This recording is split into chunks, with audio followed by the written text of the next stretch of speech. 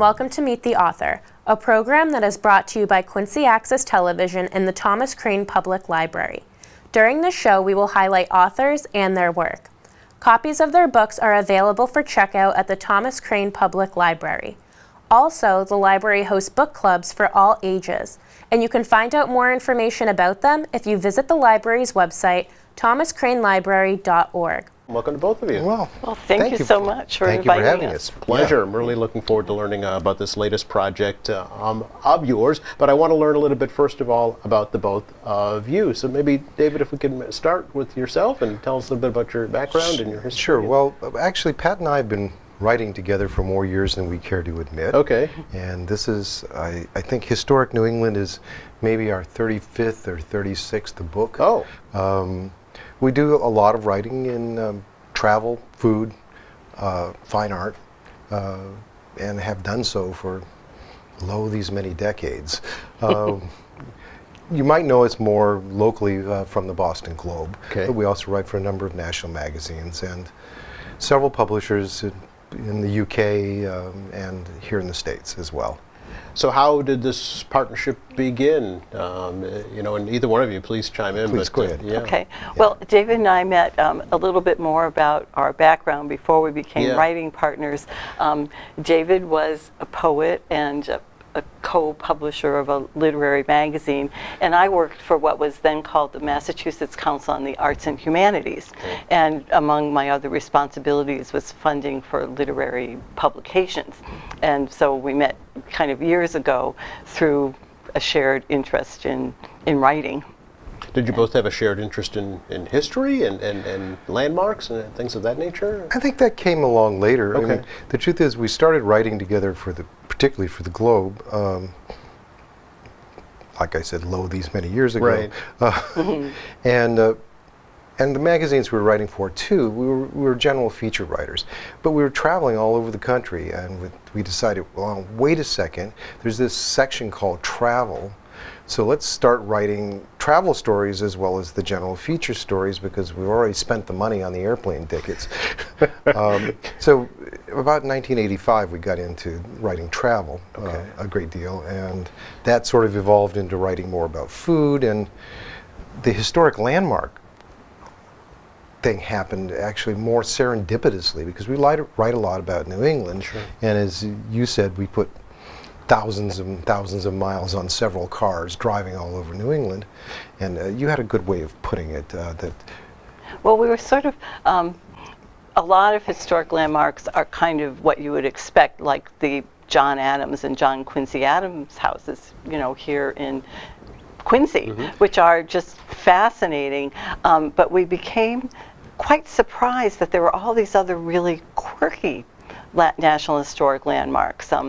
Submarines, windjammers, the first bird sanctuary in the United States, carousels, things that were really kind of unexpected. And it started to kind of fascinate us what kind of story about New England and what we value we could learn by kind of looking at the variety of National Historic landmarks. And in fact, we have here in New England, there are about 400 altogether, so it was very hard to narrow it down to 100. Yeah. And in fact, New England, only New York and California have more than us, which in a way I was kind of surprised. I thought we'd have more than I would think so too, just because it kind of started here, right? Really, yeah. But it became kind of fascinating to see, well, what do people really value that rises to that status? And I think that's what got us going on working on the book. So I guess it begs the question, how did you narrow it down to the top 100 that you're calling it? Yeah, the first thing we did was we eliminated all those that are hard to get to. Okay. Or that you can't, that are not real accessible to the public.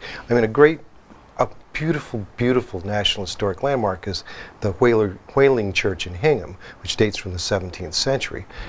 But unless you're going to go to church there, you're not going to see it. It's not open to tour. I see. And it's a marvelous thing, but reluctantly we said, well, you can't get there most of the time. 6 days a week, you can't visit it. Oh. So that's out. Okay. And then we took out the ones where there frankly isn't a whole lot to see. I mean, there's like a pasture in Worcester, outside of Worcester, with a little bronze plaque in the middle of it. that says this is where Robert Goddard set off his first rocket. Oh, interesting. You know, which is interesting. Yeah, but there's not a lot of there. are you going to drive, from like Falmouth to Worcester to see this little plaque? Exactly. Or something? Yeah. Exactly. Okay. And at that point, we still had, several hundred left. Yes. And so we said, okay, everything that's on the Freedom Trail and everything that's part of Minuteman National Historic Park, because there are books and books and books and books about those. Sure. So we'll take those out, we'll acknowledge them in the introduction, but we won't use them. So therefore, the Paul Revere House is not in the book, but Trinity Church and the Boston Public Library are. Oh, okay. Because they're not on the Freedom Trail, and they're frankly much less visited, at least by people wanting to look at them from a historic standpoint. Yeah, but did it have to actually meet certain criteria to be considered historic? Yeah, that's the National Park Service. Okay. Yeah. The criteria, the program began in 1934, but it was really revived and became a major program in 1960, at which point Massachusetts had like about the first 50. Okay. Yeah, sure. And they had to be places that, places of particular interest that had, I can't remember exactly the phrasing of it. Okay. But it had to, interpreting or representing the history of the United States. Okay. But that's been interpreted fairly broadly, as Pat was saying. So it's not just old houses of rich men. Right. It also includes Revere Beach. Okay. Which is the first public beach in America. Right. Yeah. It includes many authors' homes. It includes, places in the landscape like Walden Pond, because, Thoreau did a lot of thinking there. Sure. Sure. And somehow it's palpable. Okay. There are landscapes that show up as historic landmarks that are fascinating. So, Pat, if you could kind of give us a little overview of how the book is formulated, how it's set up. Does it take us from, what you consider number 1 to number 100, or is it regional, or how does it work? Well, we backed down from making any kind of categorization of the 100 in terms of quality or our own interest. So it's regional, honestly. We did it by state, and then we tried to group them so that you could make little day trips out of them, the ones that are closest together. Almost like a travel guide, sort of. Oh, it is almost like a travel guide. Yeah, exactly. Now, I noticed on the front cover here you have the Union Oyster House. Yes. So that wasn't our doing. That was the publisher's choice. Right. But it's turned out to be a fortuitous choice, because every place that we give this talk, somebody has a story about the Union Oyster House. Sure. Yeah. They used to go there with their grandparents, or one guy who actually worked on the restoration of the facade. It's been actually kind of fascinating. Yeah. Are there other photographs in the book? It's actually really heavily illustrated. There's 2 to 3 photos for every site. Oh, there are. Okay. Yeah. Except for the Franklin Pierce House in New Hampshire. Right. Because there's a picture of it from across the street, because the person who was running it wanted to charge us $10,000 to take a picture because they thought we were using it as a movie set. Oh. Yeah. So no, there's no picture of the interior. Okay, interesting. That's a funny story, actually. It is a funny story. And I thought, boy, you must think writers get paid a lot more than they do. Right. Yeah. Right. Now, is this your first kind of book together? I mean, you made the transition, it seems, from newspapers and magazines to authors?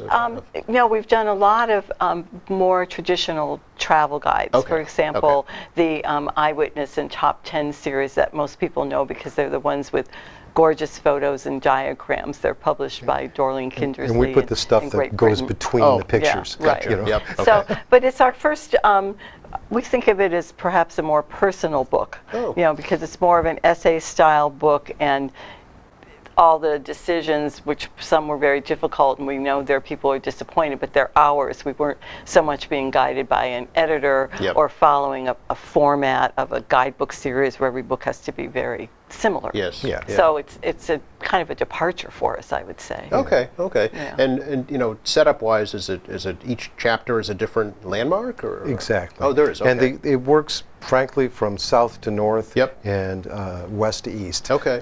Okay. And about how long are the chapters? The whole book is 85,000 words. Okay. So that's about 850 words average. Oh, yeah. all right. Yeah, they're pretty Yeah, short. they're fairly Yeah. short. Yeah. Yeah. So it really is set up to have in the car with you, or on the Exactly. train, or Exactly. Yeah, okay. Exactly. No. One woman told us that. She said, "This is going to be my New England bucket list." So I think that's really Yeah. nice. But it proves that people, and you're here in such a historic city. Mm-hmm. I think it proves that people are really interested in the history of this region. Yeah, no, I think that's true, and I think, you know, to have something that kind of speaks to them, whether they're just, you know, armchair history buffs, or perhaps studying you know, history, or have experienced a lot of these places, would like to see what other people think of them. Yeah, exactly. Yeah. Exactly. And I think people tend to be surprised, because one of the things I show is a submarine, and who would have thought? Who you know, would have thought, that would be yeah. a National Historic Landmark, but Right. in fact there are 3.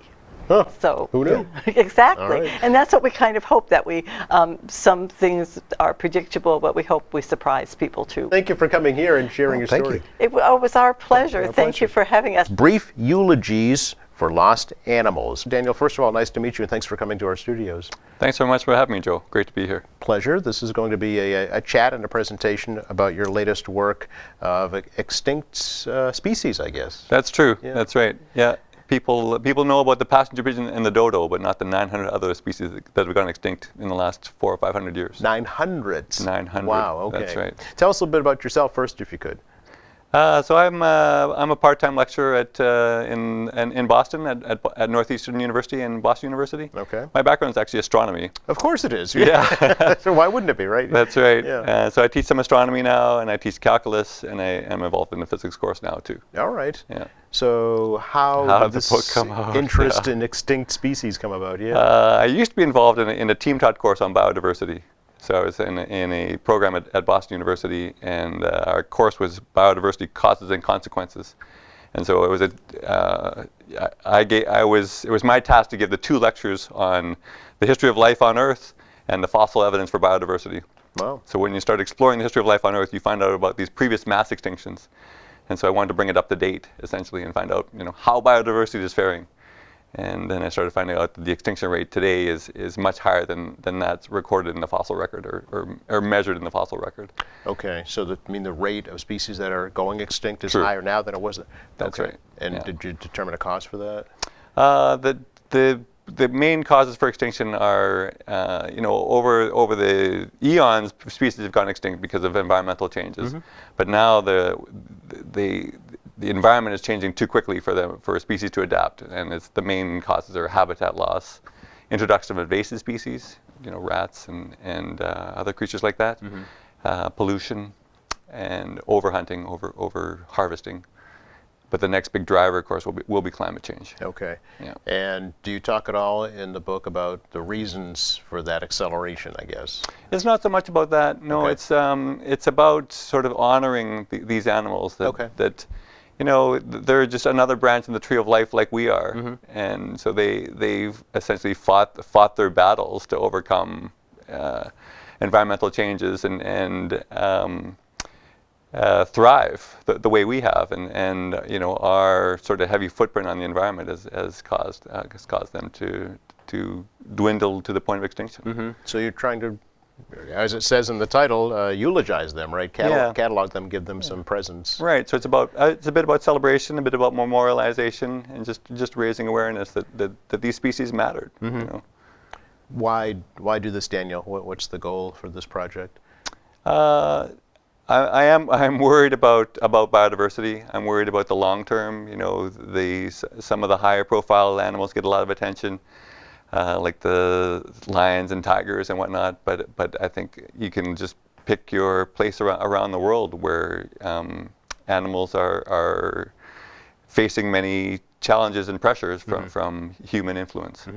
To talk about the book itself, is it written in story form? Is it kind of a documentary format? Is it just a catalog format? Yeah, it's kind of story form. Okay. I've always been attracted to very short prose pieces. Okay. And I was kind of inspired by a couple of coffee table books, but I didn't want to redo what they had done. Right. And so I just wanted to just try to see if I could catch a glimpse or expose a glimpse, catch a moment of some of these species, some of these animals, just doing what they're doing, like looking for a mate, hiding out from a storm, those sort of things, just to bring them some element of liveliness, really. Yeah. Are there pictures in the book at all? There are not pictures. No. Maybe a future version will have them. Yeah. Okay. All Yeah. right. What was involved for researching this project? How did you actually obtain this information? I tried to go to original sources whenever I could. So the research papers from over the years,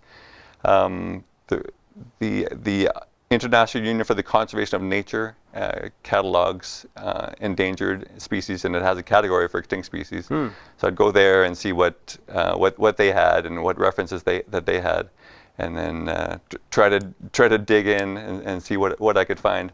Often there was very little written about a species, and so I was grasping at whatever I could get, like a quote from a scientist. Yeah. Sometimes even a line of poetry that would animate it somehow. Oh, interesting. Okay.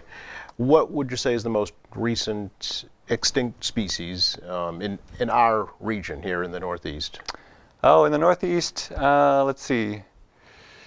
For sure, it should be the heath hen that went out on last thrived in Martha's Vineyard. Oh. Yeah, Booming Ben, I think is the last one was called around 1929, 1930. I guess. Okay. So in all, I mean, we're talking reptiles, amphibians, mammals. Is it a cross section of? Yeah, those are all in the book. Okay. Yeah, I didn't want to just focus on the most familiar. Right. And so I did find a worm that had gone extinct. Okay. I found several insects. There are butterflies. There are moths, as well as frogs and various mammals and birds. Yeah. So who do you think would find this interesting, Daniel? Who are you trying to appeal to? In part, it's to the choir. People that read natural history, people that read about conservation, people that are interested in the environment, but also readers of poetry and literature would find it interesting too because of the style of the book. Okay. Yeah. All right. Very good. This is your second book, is that right? This is my second book. That's Yeah. right. What was the first one? The first book was called The Bluffer's Guide to the Cosmos. Aha.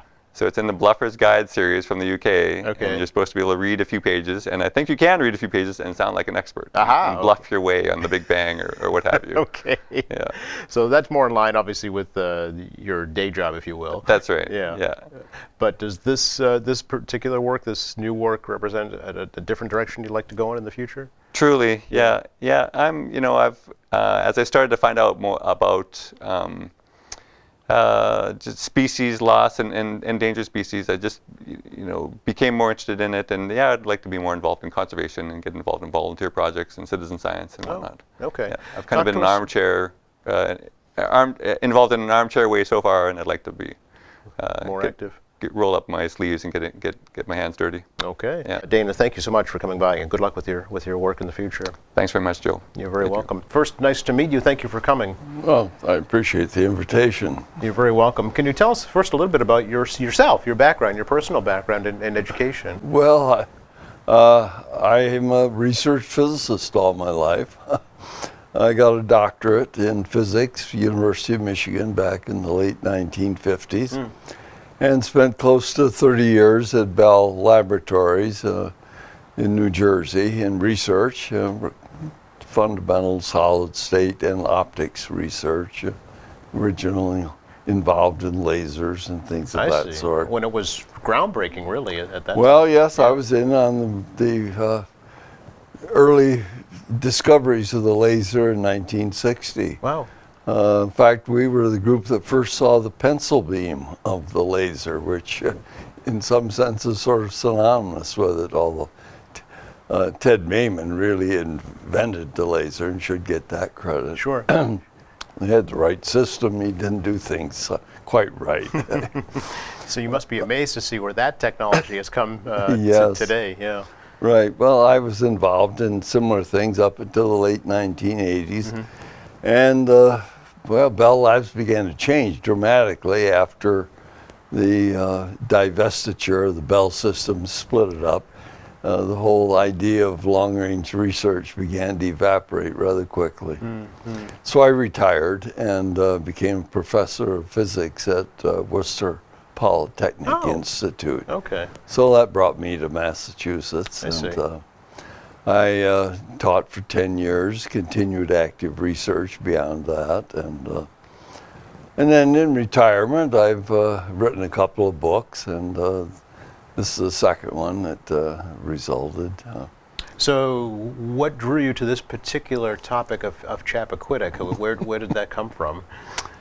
Well, I guess the impetus partly was the other book, which was the biography of my grandfather that I wrote. And I enjoyed writing of that sort. And so after that was done, I was thinking of topics. And I'd always been interested in the accident of Ted Kennedy on Chappaquiddick, as everyone was at the time, and felt like everyone else, not all the questions had been answered by far. I'd heard a rumor long ago that I thought was worth looking into, and that was that there were two women in the car. That Mary Jo Kopechne, who died, was basically passed out in the back seat and unnoticed by Kennedy and his front seat companion. And as I looked into the subject, I found that no one had really explored that in a book. A little surprising. Along the way, again, years ago, I ran into a television program called the Investigative Reports on A&E Channel by a Bill Kurtz. Sure. Yeah. And it was by chance, I just was flipping the dial before going to bed one night. But it was reviewing all the forensic evidence, and I was fascinated to find that everything presented was at least consistent with that scenario. And in some sense, some of the things pointed towards it. Well, that increased my interest, but this was before I was interested in writing any book, so the idea of writing a book at that time hadn't occurred to me. Okay. Of course, we've had a home on Martha's Vineyard for several decades, so that has, I guess, added to my interest also. But I finally decided that it'd be worth looking into. It came up again, of course, when Ted wrote his autobiography a year or so before his death, entitled, I think it was True Compass. And immediately there was discussion in the press about Chappaquiddick once again. Then he died of the brain tumor a year or so later. And again, it was in the news to be talked about. And that's what got me really started. I thought, well, I don't know that there's a book here, but this could be fun to read all the original records. You know, there's the inquest testimony, which is the biggest record, but police reports and the other filings in the courts. And then I, of course, went through newspapers, the Vineyard Gazette, the Boston Globe, the New York Times, day by day, you know, following what was known, and just began putting a story together. And in the end, I found there is what I would regard as a very substantial proof of that original scenario. I prefer to refer to it as an account of what happened now. Really? In that there is plenty of things to support it. I don't know of any forensic evidence that is contrary to it.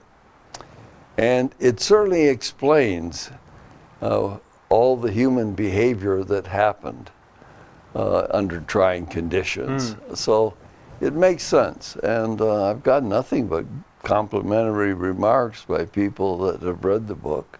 How about from the Kennedy family? Have they commented at all?